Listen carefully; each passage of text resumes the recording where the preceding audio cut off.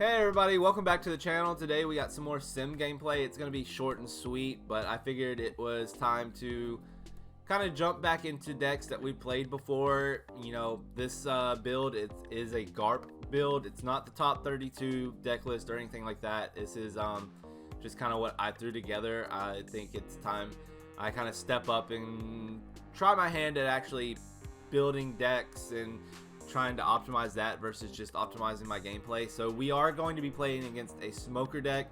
This game was fun. The smoker player, as someone who plays a lot of smoker in their downtime, the smoker player did not play optimally. I will say that going into this, but the matchup is also kind of weird.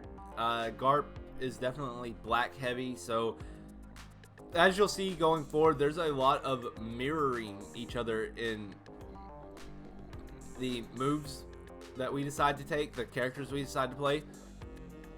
So this is the second turn. First turn we couldn't play anything. We go ahead and play the Kuzan. The Kuzan is dead in hand. It is not a counter, so you might as well go ahead and play them for get the extra card to hand. It's resources and it gets you to things that could help you later in the game. And from there we swung face, they took the life hit, and then they come down with their own Kuzan. As I said, there's a lot of a mirroring each other with our moves that we play. I don't know if that was intentional on their end or if it was just what they thought was optimal. We do counter out of that with a Suru just because there's no point in taking another life. We're already starting at a disadvantage with dual leaders. So we're going to swing with this Kuzan, give theirs a -4. We have the 1-drop Kobe in hand, and we will go ahead and deploy that and just try to keep their field clear. So the 4-drop Kuzan we trashed could have gotten us another card to hand, but I'm confident with the hand that I have at the moment, so I felt it was the best card to discard. But honestly, moving forward in the game, the jet pistol didn't help me much, so I should have probably discarded it, because I do think I have like 3 in the deck. I just wanted to have that removal. Despite Garp having a great ability that does facilitate removal alongside the black side of the deck, I just wanted to give red a little love. That's kind of the issue with Garp, is there are red cards that help, but it doesn't synergize the greatest. So they use their Great Eruption to, I believe, draw a card and give my Kuzan a -2. They then use Smoker ability, add Dawn, give character -1, and then they use their Meteor Volcano to KO an opponent's character with the cost of 1 or less. Their 3-drop Kobe comes down, they trash the Rosinante to trash our Kobe, and then they're going to swing for face, in which case we will answer with the Impact Wave and go ahead and clear their board. From here, we have 2 Sakazukis, a Vista, a Borsellino, a Jet Pistol, and a 10-drop Kuzan in hand. So I try to remember as much as possible to perform my swings and things of that nature before committing a character to board. I try my hardest to remember that. We swing with 9k on leader. We were hoping to get some cards out of their hand, but they just took the life hit. I guess they have stuff in their hand that they thought they were going to get on board. We go ahead and play the blocker just to kind of protect ourselves a little bit, but that will be met here in a moment with their own Borsellino, which is really funny to me because, again, we're just kind of mirroring each other in the moves. And so from here, we're just waiting. Again, Borsellino on a Borsellino. How wonderful. The smoker player definitely kind of caught me off guard a little bit here and there, but I think I held my ground pretty well throughout the game. They go 8 into the 5. We don't have any counters really except for the Vista, and at this point it's the only Vista, but now we have 2 Vistas, which is fine because that is discard fodder for the Sakazuki. But they do have Borsellino on the field, which means there's no removal effects that could take care of Borsellino. This hand is great against pretty much anything else at this point in the game, but not Borsellino.